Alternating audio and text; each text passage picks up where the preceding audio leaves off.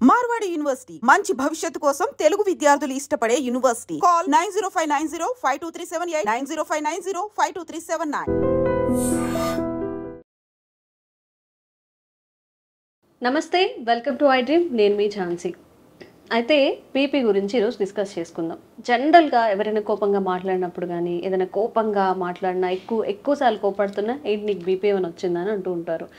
మరి షుగర్ రిలేటెడ్గా బీపీకి సంబంధం ఉందా? అంటే షుగర్ వచ్చిన వాళ్ళలోనే బీపీ వస్తుందా? అసలు బీపీ వచ్చింది మనకి అని తెలుసుకోవడం ఎలా? ఈ విషయాలని డిస్కస్ చేద్దాం. అలాగే బీపీ పేషెంట్స్ కూడా మరిన్ని విషయాలను అయితే తెలుసుకుందాం. ప్రస్తుతం మనం జనరల్ ఫిజిషియన్ శివరామకృష్ణ గారితో ఉన్నాం ఫ్రమ్ విరించి హాస్పిటల్. నమస్తే సార్. సార్, నిజంగా బీపీ ఉంది ఒకరికి అంటే ఎలా తెలుసుకోవాలి? అసలు ఇది ఎందుకు వస్తుంది? బ్లడ్ ప్రెషర్లో ఈ ఫ్లక్చువేషన్స్ అనేవి ఎందుకు వస్తాయి? బ్లడ్ ప్రెషర్ అనేది మన ఫ్లో ఆఫ్ బ్లడ్ ఎగ్జర్ట్ చేసే ప్రెషర్ బ్లడ్ వెజల్ మీద. సో రక్తం ప్రవహిస్తున్నప్పుడు అది ప్రెషర్ ఎగ్జర్ట్ చేస్తుంది కదా వెజల్ మీద, దాన్ని బ్లడ్ ప్రెషర్ అంటాం. అది మామూలుగా యూజువల్గా 120/80 అంటుంటాం normal range of blood pressure. ఎక్కువ ఫోర్స్తో బ్లడ్ ప్రవహించినా లేకపోతే ఆ వాల్స్ అనేవి కుదించుకుపోయినా సో బ్లడ్ ప్రెషర్ ఎక్కువ అవుతుంది. సో ఆ లెవెల్ పెరిగిన కొద్దీ దాని స్టేజెస్ ఉంటాయి. సో బ్లడ్ ప్రెషర్ ఎప్పుడు వస్తుందంటే life style disease. Blood pressure same diabetes లాగానే లైఫ్ స్టైల్ డిసీజ్ ఇది. సో మనము ఏమన్నా చేంజెస్ లైఫ్ స్టైల్లో చేంజెస్ అయ్యాయి, ఉప్పు ఎక్కువ తింటున్నాము, నిద్ర లేదు, స్ట్రెస్ ఎక్కువ ఉంది, టెన్షన్స్ ఎక్కువ ఉన్నాయి, వీటి వల్ల బీపీ పెరగవచ్చు. సో అది క్రమక్రమంగా పెరుగుతుంది. అయితే ఈ బ్లడ్ ప్రెషర్ పెరిగినప్పుడు కొన్ని సిమ్టమ్స్ వస్తాయి. హెడ్ఏక్ రావడము, గిడ్డినెస్, తల తిరిగినట్టు అనిపించడము, ఎస్పెషల్గా హెడ్ఏక్ పోస్టీరియర్ వెనుక భాగంలో వస్తుంటుంది.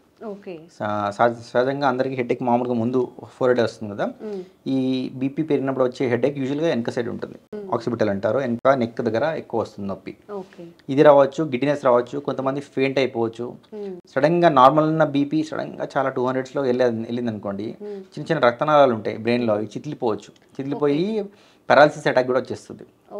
అలా బ్లీడ్ అయ్యి ప్రెజెంట్ అయిన వాళ్ళు ఉన్నారు చాలా మంది. బ్రెయిన్లో బ్లీడింగ్ అయిపోయి, రక్తనాళాలు చిట్లిపోయి బ్లీడింగ్ అయిపోయి వచ్చి చూస్తే బీపీ ఎక్కువ ఉంటుంది. అంటే వాళ్ళకి ఆల్రెడీ బీపీ ఉందని తెలియక సడన్గా పెరిగిపోయింది. సో దానివల్ల అట్లా డయాగ్నోస్ అయిన వాళ్ళు కూడా ఉన్నారు. సో బీపీ అనేది ఇప్పుడు వాళ్ళ బీపీ 120/80 అన్నాం కదా. ఎర్లీ స్టేజెస్ ఆఫ్ బీపీ అంటే 140/90 అంటాం, 142, 160/90, 160/100 ఇట్లా అంటుంటాం. ఆ స్టేజ్లో ఉన్నప్పుడు సిమ్టమ్స్ రాకపోవచ్చు. క్రమక్రమం మెల్లమెల్లగా పెరిగింది అనుకోండి, సిమ్టమ్స్ రాకపోవచ్చు. సో మనకు తెలియాలి అంటే బీపీ చెకప్ చేయించుకుంటూ ఉండాలి రెగ్యులర్గా. ఇంకో అందరు చేసే తప్పు ఏంటంటే బీపీ ఫాస్ట్గా వెళ్ళిపోతారు. తొందరలో ఉన్నాను నేను, నాకు బీపీ చెకప్ చేయండి, వెళ్ళిపోవాలి అంటారు. తప్పు అది.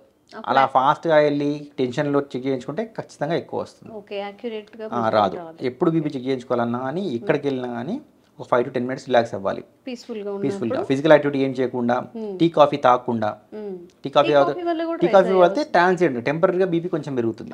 సో ఆ టైంలో చెక్ చేయించుకుంటే బీపీ ఎక్కువ అన్నట్టే తెలుస్తుంది మనకు. సో అలా ఏం తాగకుండా వెళ్ళి కూర్చొని రిలాక్స్గా మైండ్ కూడా పీస్ఫుల్గా ఉంచుకోవాలి. అన్నెసరీ వర్క్ థాట్స్ కానీ స్ట్రెస్ఫుల్ థాట్స్ కానీ తెచ్చుకున్నాం అనుకోండి బీపీ పెరుగుతుంది. కోపం తెచ్చుకోవద్దు, చుట్టుపక్కల వాళ్ళ మీద కోపం తెచ్చుకున్నా కానీ బీపీ పెరుగుతుంది. సో ఆ టెన్షన్స్ అన్ని దూరం పక్కన పెట్టేసి రిలాక్స్ అయ్యి ఉండి కూర్చోవాలి. తర్వాత బీపీ మెజర్మెంట్ కూడా కరెక్ట్ పద్ధతిలో చేయాలి. డాక్టర్ కానీ ఎవరైనా బీపీ చెక్ చేసే వాళ్ళు ట్రైన్డ్ వాళ్ళే చేయగలుగుతారు. మన ఇష్టమైన పద్ధతిలో పడుకొని కూర్చొని ఏదో మెషిన్ అట్లా పెట్టేసుకొని చెక్ చేసుకుంటూ కూడా తప్పు వస్తుంది రీడింగ్స్. దానికి కావాల్సిన కఫ్ మెజర్మెంట్స్, అడల్ట్స్కి ఎంత కఫ్ కావాలి, చిన్నపిల్లల్లో ఏ కఫ్ యూజ్ చేయాలని హాస్పిటల్స్లో క్లినిక్స్లో మాత్రమే ఉంటాయి. అవి కరెక్ట్ కఫ్ సైజ్ కట్టాలి. కట్టే పద్ధతిలో కూడా మార్పు ఉంటుంది. టైట్గా కట్టద్దు, లూజ్గా కట్టకూడదు, ఫామ్గా కట్టుకోవాలి. అప్పుడు ఆ మెషిన్ ఎక్కడ ఉండాలి, హార్ట్ లెవెల్లో ఉండాలి, బీపీ ఏ స్టేజ్లో అంటే ఏ స్టేచర్లో కూర్చోవాలి పేషెంట్, బ్యాక్ రెస్ట్ ఉండాలి కంపల్సరీ, కాళ్ళు క్రాస్ చేసుకోకూడదు. ఇన్ని చాలా ఉంటాయి బీపీ చెక్ చేసేటప్పుడు కూడా. చేయి రిలాక్స్గా పెట్టాలి, గట్టిగా పిడికిలు బిగ్ చేస్తారు. బీపీ చెక్ చేసేటప్పుడు చాలా మంది పిడికిలు బిగ్ చేస్తారు, బీపీ పెరిగిపోతుంది. రిలాక్స్గా చేయి పెట్టాలి, ఏ లెవెల్కి ఉండాలి అన్నీ చూసుకోవాలి. అయితే ఫస్ట్ టైం హాస్పిటల్కి వచ్చి చెక్ చేయించుకుంటే మామూలుగా బీపీ చాలా మందికి ఎక్కువ వస్తుంది, చాలా మందికి ఎక్కువ వస్తుంది. టెన్షన్తో ఎక్కువ రావచ్చు. సో అది అలా వచ్చిందని చెప్పేసి వెంటనే బీపీ మందులు స్టార్ట్ చేయాల్సిన అవసరం లేదు. అప్పుడు అట్లాంటి సిచ్యువేషన్స్లో ఏమవుతుందంటే దాన్ని వైట్ కోట్ హైపర్టెన్షన్ అంటారు. అంటే హాస్పిటల్ వాతావరణం రాగానే, డాక్టర్ దగ్గర రాగానే నాకు ఏదో అయిపోతుంది, బీపీ చెక్ చేస్తున్నాము, ఎక్కువ వస్తుందేమో అన్న కుతూహలం, భయం అనేది ఉంటుంది. సో దానివల్ల బీపీ పెరిగిపోతుంది. సో అట్లా ఒక్క రీడింగ్తో బీపీ వచ్చిందని నిర్ధారణ చేయడం కాదు. అయితే ఫస్ట్ రీడింగ్ వల్ల కూడా బీపీ ఉందని చెప్పేసి మందులు స్టార్ట్ చేయాల్సిన పరిస్థితి రావచ్చు. అది ఎప్పుడు అంటే ఒక లెవెల్ 180, 200 ఆ రేంజ్లో ఉంది అంటే ఆ టెన్షన్ వల్ల ఇంత బీపీ పెరగదు. సో సో ఆ రేంజ్లో ఉందంటే బీపీ స్టార్ట్ అయిందని లెక్క. ఓకే. అంత బీపీని వదిలేయడం కూడా కరెక్ట్ కాదు. సో కాబట్టి అప్పుడు కొంచెం తగ్గించడానికి, సడన్గా డ్రాస్టిక్గా తగ్గడానికి హై డోస్ టాబ్లెట్స్, ఎక్కువ మోతాదులో కాంబినేషన్స్ అట్లాంటివి పెట్టకూడదు. సింపుల్ మందులు తక్కువ డోస్లో పెట్టి చూడాలి రెస్పాన్స్ వస్తుందా లేదా అని. ఓకే. ఇప్పుడు డాక్టర్ బీపీలో కూడా లో బీపీ హై బీపీ అంటుంటారు. ఈ రెండిట్లో ఏది డేంజరస్?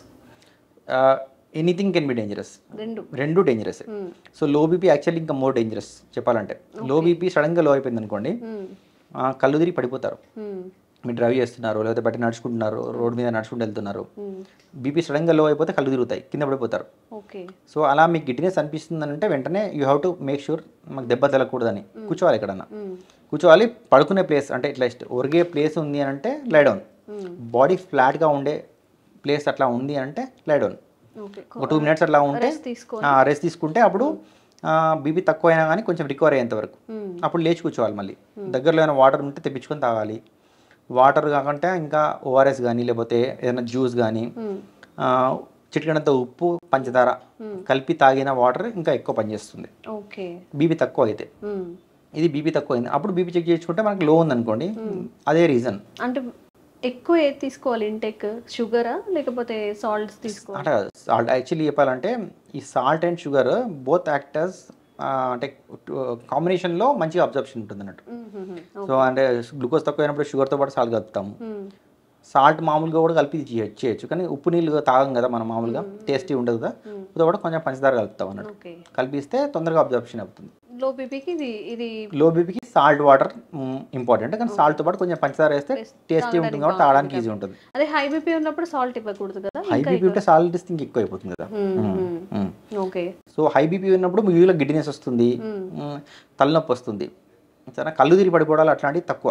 కళ్ళు తిరిగి పడిపోయాడు హై బీపీతో అంటే అప్పుడు బ్రెయిన్లో ఏదో అయిందని ఎక్కువ దాన్ని రూల్ అవుట్ చేసుకోవాలి. ఓకే. ఇండికేషన్ అంటే మెయిన్ స్ట్రెస్ వల్లే వస్తుందా? Stress, salt, sedentary habits, salt food, masala food ఎక్కువగా తినే వాళ్ళలో సాల్ట్ కంటెంట్ ఎక్కువ ఉంటుంది కదా. సో అది క్రమక్రమంగా, ఇది ఒక్క రోజులో డెవలప్ అయింది కాదు, మంత్స్ టుగెదర్, ఇయర్స్ టుగెదర్ అలా తీసుకుంటూ ఉంటే మెల్లమెల్లిగా పెరుగుతుంటుంది బీపీ. సో కాబట్టి అది మనం చెక్ చేసుకుంటూనే తెలుస్తుంటుంది. దానికి అనేక రకాల మందులు ఉన్నాయి. సో ఏ ఏజ్ గ్రూప్లో ఏ మందులు వాడాలని డాక్టర్ చెప్తారు మీకు. సో అది మనం చెక్ చేయించుకుంటాలి. అయితే ఈ బీపీ వచ్చిందని తెలుసుకోవడానికి ఇప్పుడు నేను చెప్పాను కదా, వెళ్ళి రిలాక్స్ అయ్యి చెక్ చేయించుకోవాలని, అట్లాంటి రీడింగ్స్ ఒక 5 to 6 రీడింగ్స్ తీసుకోవాలి. ఆ 5 to 6 రీడింగ్స్లో మెజారిటీ ఆఫ్ ద రీడింగ్స్ ఎక్కువనే ఉన్నాయి అనుకోండి, అప్పుడు బీపీ ఉన్నట్టు. యావరేజ్ చూసుకొని మెజారిటీ ఆఫ్ ద రీడింగ్స్ ఎక్కువగా ఉంటున్నాయి అని అంటే దెన్ బీపీ ఉన్నట్టు. ఆఫ్టర్ ఓకే బీపీ డిటెక్ట్ అయింది, కంపల్సరీ టాబ్లెట్ అనేది యూజ్ చేయాలా? అంటే ఇప్పుడు ఒక రేంజ్ ఉంటుంది. సో 140/90 కట్ ఆఫ్ యూజువల్గా. అలా 140/90 స్టేజ్ 1 అంటే హైపర్ టెన్షన్ అంటారు. దానికంటే ఎబోవ్ ఉంటే మెనీ ఆఫ్ ద టైమ్స్ మనం చెక్ చేసిన ప్రతిసారి 140/90 కంటే ఎక్కువగా ఉంటుంది అంటే బీపీ మందులు స్టార్ట్ చేయాల్సిన పరిస్థితి ఉందండి. సో అప్పటికి మాకు డౌట్ ఉంది, ఇంట్లో తక్కువ ఉంటుంది డాక్టర్, నేను చెక్ చేసుకుంటున్నాను, ఇంట్లో నార్మల్ ఉంటుంది, నార్మల్ కంటే తక్కువ ఉంటుంది, మీ దగ్గర రాగానే నాకు ఎక్కువ అవుతుంది అని అంటారు చాలామంది. అలాంటి వాటిల్లో ఏం చేయాలంటే అంబులేటరీ బ్లడ్ ప్రెషర్ మానిటరింగ్ అంటాం. అంటే ఒక బీపీ కఫ్ లాంటిది ట్రై చేస్తారు, ట్రై చేసి మెషిన్ లాంటిది బాడీకి పెట్టేస్తారు. 24 hours బీపీ మానిటరింగ్ ఉంటుంది. సో ఆయనకు యావరేజ్ ఆఫ్ బీపీ రీడింగ్ చూస్తాం. యావరేజ్లో ఎక్కువ ఉందనుకోండి, యావరేజ్ బీపీ ఉన్నట్టు నిర్ధారణ చేస్తాం. లేదు ఇంట్లో ఉన్నంతసేపు స్ట్రెస్ఫుల్ లేనంతసేపు బీపీ లేదనుకోండి, అప్పుడు బీపీ లేనట్టే లెక్క. ఓన్లీ హాస్పిటల్ వచ్చినప్పుడు వర్క్ స్ట్రెస్ ఎక్కువ అయినప్పుడు మాత్రమే బీపీ పెరుగుతుందంటే అది కన్సిడర్ చేయాల్సిన అవసరం లేదు. ఓకే అండి, థ్యాంక్ యూ.